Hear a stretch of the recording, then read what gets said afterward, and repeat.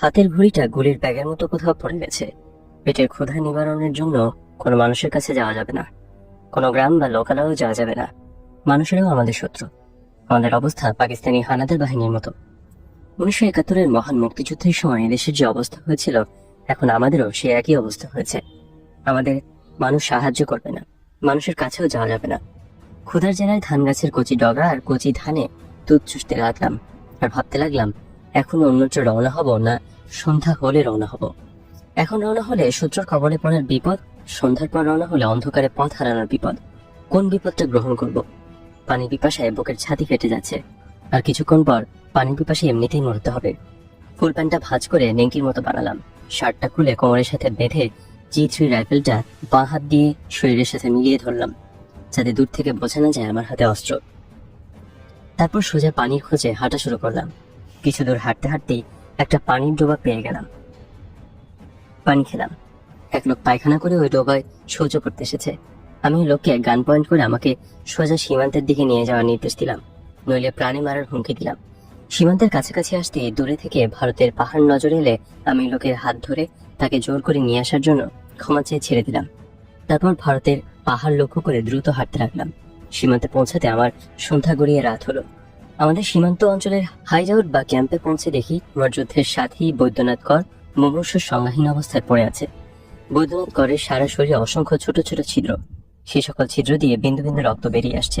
উপজাতীয় সাথী doctor John Henry এবং রাধারমন রায় ঝন্টু বৈদ্যনাথ করকে চিকিৎসা করেছে। বৈদ্যনাথ কর সুস্থ হওয়ার পর জানতে পারলাম সে আক্ষেপ থেকে ক্রলিং করে পালিয়ে একটা কচুরিপানা ভরা পচা জলাশয়ে আশ্রয় নিয়েছিল।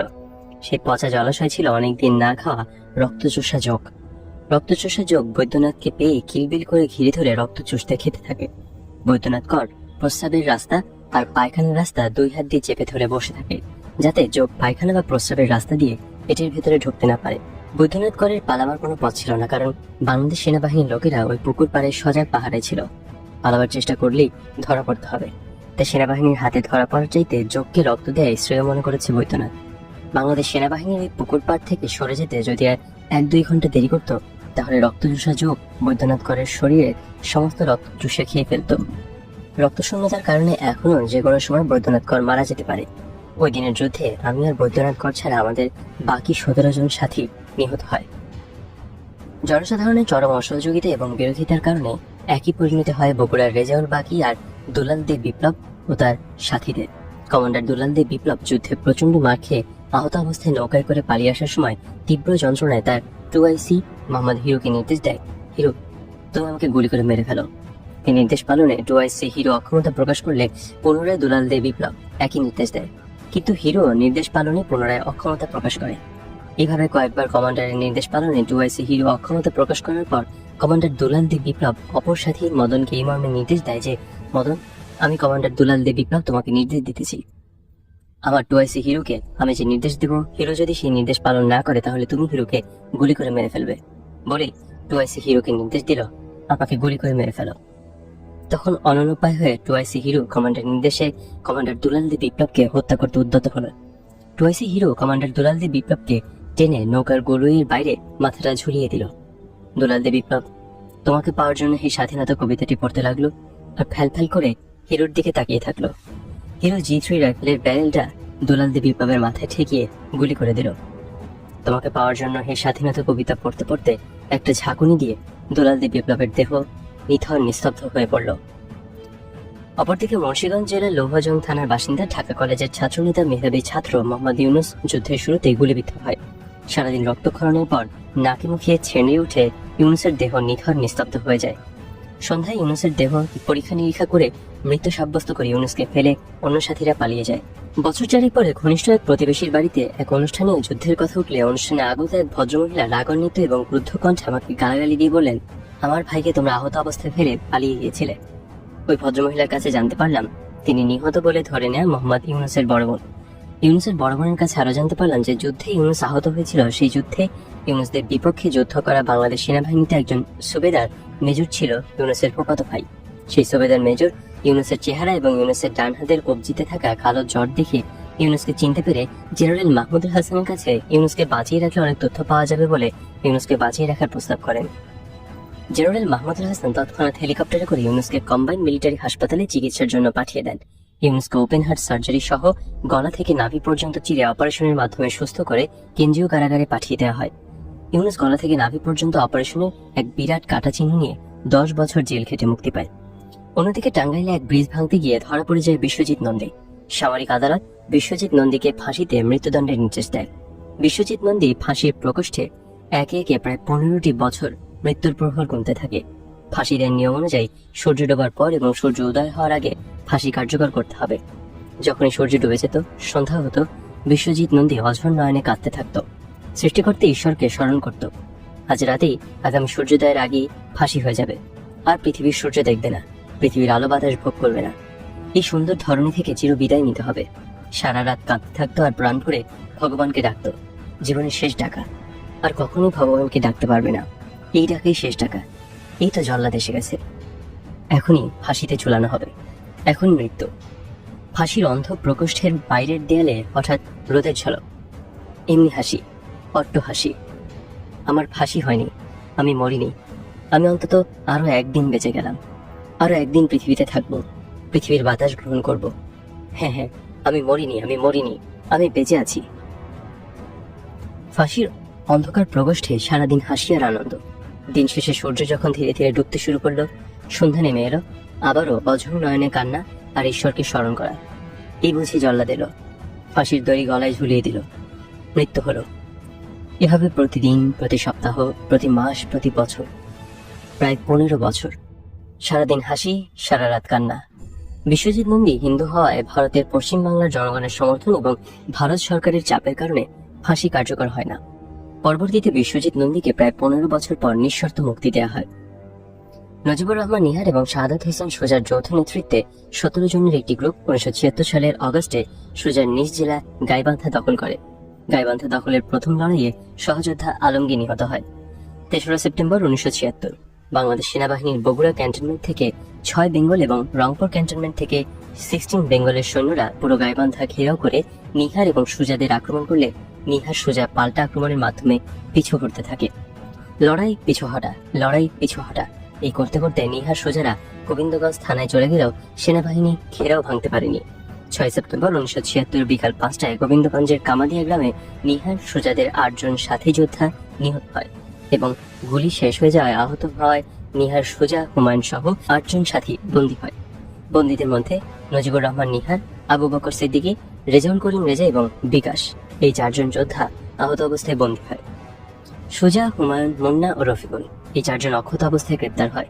বন্দী হওয়ার ঘণ্টাখানেক পর আহত নিহার, বক্কর, রেজা ও বিকাশকে সেনাবাহিনীর লোকেরা সুজা, হুমায়ুন, মুন্না এবং রফিকুলের সামনেই ব্রাশ ফায়ার করে মেরে ফেলে এবং জীবিতদের ঘণ্টা 2 পরে রংপুর ক্যান্টনমেন্টে নিয়ে যাওয়া হয়। প্রায় 1 মাস ব্যাপী নানা ধরনের নির্যাতন এবং জবানবন্দি শেষে কর্নেল আজিজের 5 নং মার্শাল কোর্টের বিচারে যাবজ্জীবন সশ্রম কারাদণ্ড দিয়ে রংপুর কারাগারে পাঠিয়ে দেওয়া হয়। রংপুর, রাজশাহী ও কুমিল্লার কারাগারে একটানা 10 বছর জেল খেটে সুজা, হুমায়ুন, মুন্না, রফিকুল মুক্তি পায়।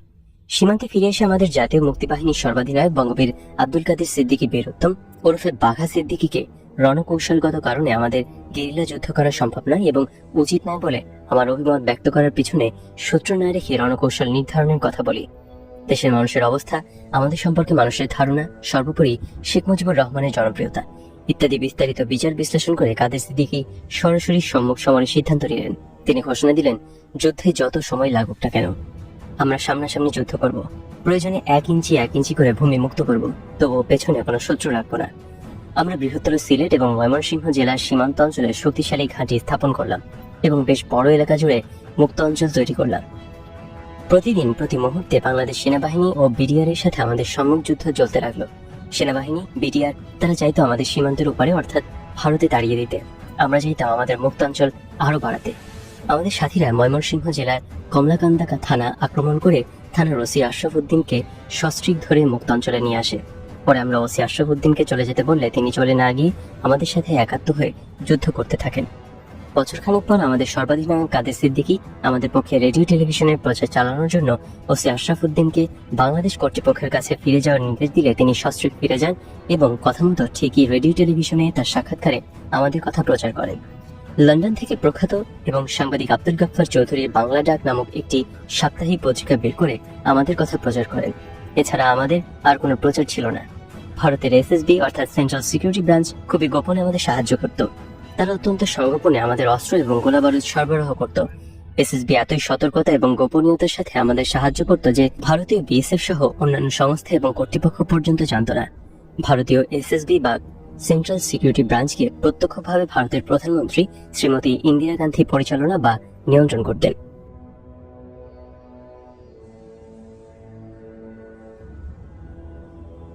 উনিশশো সালের নির্বাচনে ইন্দিরা গান্ধী পরাজিত হলে মোরারজি দেশাই ভারতের প্রধানমন্ত্রী হন।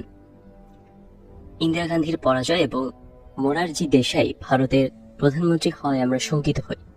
এমনিতেই সারা বিশ্বের আন্তর্জাতিক রাজনৈতিক পরিস্থিতি আমাদের সম্পূর্ণ বিপক্ষে। একমাত্র ইন্দিরা গান্ধী ছাড়া গোটা ভারতের রাজনীতিও ছিল আমাদের বিপক্ষে। আমাদের একমাত্র সমর্থক এবং সাহায্যকারী ইন্দিরা গান্ধী এখন ক্ষমতাচ্যুত। সামনের দিনে আমাদের ভালো হওয়ার কোনো সম্ভাবনা নেই। ভারতের নতুন প্রধানমন্ত্রী দেশাই প্রথমে আমাদের সকল সাহায্য বন্ধ করে দিলেন। বাংলাদেশের মুক্তিযোদ্ধার রাষ্ট্রপতি জেনারেল জিয়াউর রহমান এবং ভারতের নতুন প্রধানমন্ত্রী মোরারজি দেশাই উভয় ছিলেন আন্তর্জাতিক রাজনীতিতে মার্কিন লাভের লোক। ফলে সম্ভবত মার্কিন যুক্তরাষ্ট্রের কর্মকর্তাদের পরামর্শে ভারত এবং বাংলাদেশ যৌথভাবে আক্রমণ করে আমাদের পরাস্ত করার চুক্তিবদ্ধ হয়। সীমান্ত অঞ্চলে আমাদের দখলে থাকা মুক্তাঞ্চল এবং আমাদের ঘাঁটিগুলো বরাবর ভারত ব্যাপক সৈন্য সমাবেশ করে। অপরদিকে বাংলাদেশও অনুরূপভাবে ব্যাপক সৈন্য সমাবেশ করে। আমরা সামনে বাংলাদেশ ও বিডিআর এবং পেছনে ভারতীয় সেনাবাহিনী ও বিএসএফ দ্বারা সাঁড়াশি কায়দায় চতুর্দিক থেকে ঘেরাও হয়ে পড়ি। আমাদেরকে বাংলাদেশ ও ভারতের সৈন্যরা চতুর্দিক থেকে ঘেরাও করার ফলে আমরা এক কোম্পানি থেকে আরেক কোম্পানি সম্পূর্ণ বিচ্ছিন্ন হয়ে পড়ি। হেডকোয়ার্টার থেকেও আমাদের এক ঘাঁটি থেকে আরেক ঘাঁটির যোগাযোগ সম্পূর্ণ বন্ধ হয়ে যায়। আমাদের সর্বাধিনায়ক কাদের সিদ্দিকীর সাথেও আমাদের সকল যোগাযোগ বন্ধ হয়ে যায়। আমরা এক ঘাঁটির সাথীরা অন্য ঘাঁটির সাথীরা কি করছে, কি অবস্থায় আছে কিছুই বুঝতে পারছি না। শুধু বাংলাদেশের আর ভারতের আর্মিদের মাইকের আওয়াজ। একদিকে বাংলাদেশের সেনাবাহিনী মাইকে বলছে 48 ঘন্টার মধ্যে আত্মসমর্পণ করো, নইলে আক্রমণ করা হবে। অন্যদিকে পেছনের দিকে ভারতীয় সেনাবাহিনী মাইকে বলছে 48 ঘন্টা কা আন্দার হাতিয়ার ডাল দো। আমাদের ঘাঁটি ছিল ময়মনসিংহ জেলার দুর্গাপুর থানার ভবানীপুর। আমার ঘাঁটির সামনে ছিল বেশ বড় সমেশ্বর নদী। নদীর অপর পাড়ে ছিল general Mahmudul Hasan, major Samad, major মইনের নেতৃত্বে বাংলাদেশ সেনাবাহিনী এবং পেছনে ভারতীয় সেনাবাহিনী। আমরা উভয় দেশের সেনাবাহিনীর বিরুদ্ধে শেষ পর্যন্ত যুদ্ধ করতে প্রস্তুত। আমাদের অস্ত্রের ভান্ডার মোটামুটি খারাপ না, যদিও গোলাগুলির পরিমাণ কম। পেছন থেকে ভারতীয় বাহিনী আমাদের সহজে কাবু করতে পারলেও সামনের নদী থাকায় কৌশলগত কারণেই বাংলাদেশ বাহিনী আমাদের সহজে কাবু করতে পারবে না। আমার ধারণা ছিল ভারতীয় সেনাবাহিনী আমাদের বিরুদ্ধে যুদ্ধ করলেও অ্যাডভান্স হয়ে আমাদের ঘাঁটি দখল করতে আসবে না। ভারতীয় বাহিনী তাদের অবস্থান থেকে প্রচন্ড আক্রমণ করে আমাদের ঘায়েল করতে চাইবে। আর আমাদের ঘাঁটির সামনে নদী থাকায় কৌশলগত কারণে আমরা অনেক সুবিধা এবং সুদৃঢ় অবস্থানে আছি। বাংলাদেশ বাহিনীর পক্ষে নদী অতিক্রম করে আমাদের ঘাঁটি দখল করা এক দুরূহ ব্যাপার। এই অবস্থায় একমাত্র বিমান হামলা করা ছাড়া আমাদের পরাস্ত করা কঠিন। আমাদের সম্ভাব্য হামলা মোকাবেলা করার জন্য আগে থেকেই মাটি কেটে শালবনের গাছ দিয়ে তার উপর সমেশ্বর নদীর পাথর, বালি আর মাটি দিয়ে দুর্বোধ্য মজবুত বিশালাকার বাংকার এবং ট্রেঞ্চ তৈরি করেছি। আমরা মাটির উপর না উঠে মাটির নিচ দিয়ে বাংকার এবং ট্রেঞ্চের ভেতর দিয়ে অনায়াসে এক জায়গা থেকে আরেক জায়গায় যেতে পারি এবং যুদ্ধ করতে পারি। আমাদের আত্মসমর্পণের জন্য বেঁধে দেয়া 48 ঘন্টা অতিক্রম হওয়ার পর জেনারেল মাহমুদুল হাসান নিজের নেতৃত্ব দিয়ে আমাদের ঘাঁটির উপর 12 ঘন্টা ব্যাপী মর্টারের প্রায় শতাধিক গোলা নিক্ষেপ করে। সেই সময় পেছন দিক থেকে ভারতীয় বাহিনীও আমাদের উপর অবিরাম গোলা এবং গুলি নিক্ষেপ করে। ভারতীয় বাহিনীর গুলি এবং বাংলাদেশের বাহিনীর মর্টারের শেলিং চলাকালে আমরা বাংকার এবং ট্রেঞ্চে বসে বাংলাদেশ বাহিনীর দিকে সজাগ ও তীক্ষ্ণ দৃষ্টি রাখা ছাড়া এক রাউন্ড গুলিও করিনি। তখনও ভোর হয়নি, অন্ধকার কাটেনি। আবছা অন্ধকারে হঠাৎ করে দেখা গেল 20-30 নৌকা বোঝাই জেনারেল মাহমুদুল হাসানের বাহিনী নদী অতিক্রম করছে। সঙ্গে সঙ্গে আমরা আক্রমণ করলে তারাও বরিয়া হয়ে পাল্টা আক্রমণ করে। আমাদের সমর্থনে সেনাবাহিনীর অন্য একটি দল কভারেজ অ্যাটাক করে। আক্রমণ পাল্টা আক্রমণের মধ্যে দিয়ে প্রচন্ড যুদ্ধ বেঁধে যায়। ঘণ্টা তিনেক তীব্র সংঘর্ষের পর জেনারেল মাহমুদুল হাসানের নেতৃত্বাধীন বাংলাদেশ বাহিনী প্রচন্ড মার খেয়ে পিছু হটে যায়। এইভাবে সপ্তাহখানেক জেনারেল মাহমুদুল হাসানের আক্রমণ প্রতিহত করতে আমাদের গেরিলা পারদ ফুরিয়ে যায়। আমাদের অস্ত্রের যে মজুদ আছে তা দিয়ে বাংলাদেশ বাহিনীর আক্রমণ বছরের পর বছর প্রতিহত করা যাবে, কিন্তু গোলাবারুদের ভান্ডার প্রায় ফুরিয়ে এসেছে। তার চাইতেও মারাত্মক আকার ধারণ করেছে খাদ্য সংকট। 3 দিন থেকে আমাদের কোনো খাদ্য নেই। ক্যাম্পে 3-4টি গরু জবাই করে পুড়িয়ে পুড়িয়ে আমরা খেয়েছি, আজ তাও নেই। আমরা যারা 71-এর মুক্তিযোদ্ধা, আমরা 71-এর মুক্তিযুদ্ধে শুধু অস্ত্রের সংকটে পড়েছি, কিন্তু খাদ্য সংকটে কখনো পড়িনি। গোটা বাঙালি জাতি আমাদের খাদ্য সরবরাহ করেছে। প্রয়োজনে বাঙালি নিজে না খেয়ে আগে মুক্তিযোদ্ধার খাওয়া জুগিয়েছে, তারপর নিজেরা খাওয়া জুগিয়েছে। 71-এর যুদ্ধে আমরা খাদ্য সংকটেও পড়িনি, এবং যুদ্ধে অস্ত্র গোলাবারুদের মতো খাদ্য যে একটা ভাইটাল বিষয় তা বুঝিনি। এখন অস্ত্র আছে, কিন্তু গোলাবারুদের সংকটে পড়েছি। তার চাইতে বেশি সংকটে পড়েছি খাদ্যের। আমাদের অস্ত্র প্রতি 5-7 রাউন্ড গুলি এবং গোলা রয়েছে মাত্র, যা 5-10 মিনিটও টিকবে না। আমার মনে এখনো আসা শেষ মুহূর্তে ভারত হয়তো সদয় হতে পারে, আবার সর্বাধিনায়ক কাদের সিদ্দিকীর সঙ্গে যোগাযোগ প্রতিষ্ঠিত হবে। আমাদের কয়েকজন বন্ধু পালিয়ে যেতে গিয়ে ভারতীয় বাহিনী এবং বাংলাদেশ বাহিনীর হাতে ধরা পড়ে মাইকে আমাদের নাম ধরে ডাকতে লাগলো আর বলতে লাগলো, কোনো অসুবিধা নেই, সবাই চলে আসেন, ইত্যাদি ইত্যাদি। 2 দিন কোনো পক্ষেরই কোনো যুদ্ধ নেই, গোলাগুলিও নেই। চতুর্দিকে নীরব। আমাদের কেউ বাংকারে, কেউ উপরে, কেউ বসে, কেউ দাঁড়িয়ে। আমাদের কোনোই খাদ্য নেই। অস্ত্র আছে, কিন্তু যুদ্ধ করার গতি নেই। সর্বোপরি নেই যুদ্ধ করার বিন্দুমাত্র মানসিক শক্তি। আমি একটি ছোট কাঁঠাল গাছের নিচে দাঁড়িয়ে দেখছি জেনারেল মাহমুদুল হাসান তার বিরাট সৈন্যবাহিনী নিয়ে নৌকায় করে আমাদের তীরে এসে নামলো।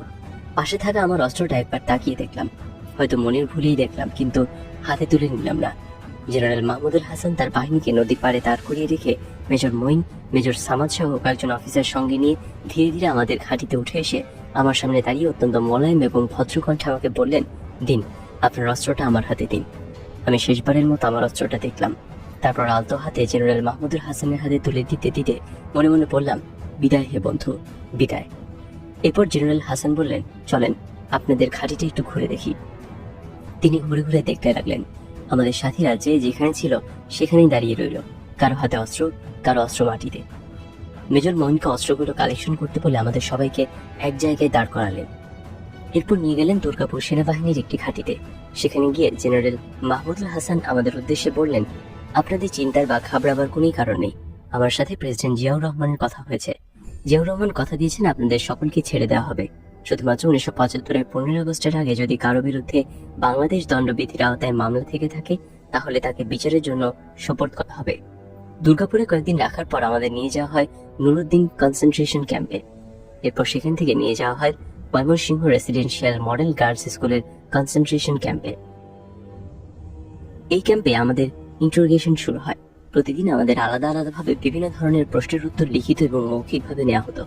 আমাদের মাঝ থেকে আমাদের সাথী চট্টগ্রামের জননেতা মৌলভী সৈয়দ আহমেদকে ঢাকা ক্যান্টনমেন্টে নিয়ে টর্চার করে মেরে ফেলা হয়, এবং এই সংবাদ সহ আমাদের প্রতি ভারতের মোরারজি দেশাই সরকারের বর্বরচিত অমানবিক আচরণের সংবাদ ভারতের সংবাদপত্রে প্রকাশিত হলে কংগ্রেস বিরোধী মোর্চার প্রতিষ্ঠাতা ইন্দিরা গান্ধী পতনের মূল নায়ক, যার বদৌলতে মোরারজি দেশাই ভারতের প্রধানমন্ত্রী, সেই প্রবীণ সর্বদলীয় নেতা জয়প্রকাশ নারায়ণ বিক্ষুব্ধ হয়ে সঙ্গে সঙ্গে দেশাইয়ের পদত্যাগ দাবি করেন।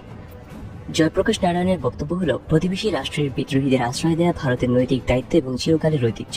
প্রধানমন্ত্রী দেশাই এই নৈতিক দায়িত্ব পালন না করে এবং চির ঐতিহ্য রক্ষা না করে বাংলাদেশের বিদ্রোহীদের মৃত্যুর দিকে ঠেলে দিয়ে অমার্জনীয় অপরাধ করেছেন এবং ভারতের প্রধানমন্ত্রী থাকার নৈতিক দায়িত্ব এবং অধিকার হারিয়েছেন। সুতরাং আর এক মুহূর্ত দেরি না করে তাকে পদত্যাগ করতে হবে, নইলে ক্ষমতাচ্যুত করা হবে। সর্বদলীয় নেতা জয়প্রকাশ নারায়ণ প্রধানমন্ত্রী দেশাইয়ের পতনের কার্যক্রম শুরু করলে ভারতের প্রধানমন্ত্রী সরকার আমাদের সর্বাধিনায়ক বঙ্গবীর কাদের সিদ্দিকী সহ ভারতে থাকা কয়েকজনকে ভারতের রাজনৈতিক আশ্রয় দেন। অন্যদিকে বাংলাদেশের মুক্তিযোদ্ধা রাষ্ট্রপতি জিয়াউর রহমান তার দেয়া কথা অনুযায়ী ভবিষ্যতে রাষ্ট্রদ্রোহিতামূলক কাজে জড়িত হবে না এই মর্মে মুচলেখা নিয়ে আমাদের নিঃশর্ত মুক্তি দেন। মূলত আমাদের প্রতি ভারতের প্রধানমন্ত্রী দেশাই সরকারের অমানবিক এবং অনৈতিক আচরণের ফলে শেষ পর্যন্ত ভারতের সর্বদলীয় নেতা জয়প্রকাশ নারায়ণ জনতার মোর্চা ভেঙে দিয়ে প্রধানমন্ত্রী দেশাইয়ের পতন ঘটান।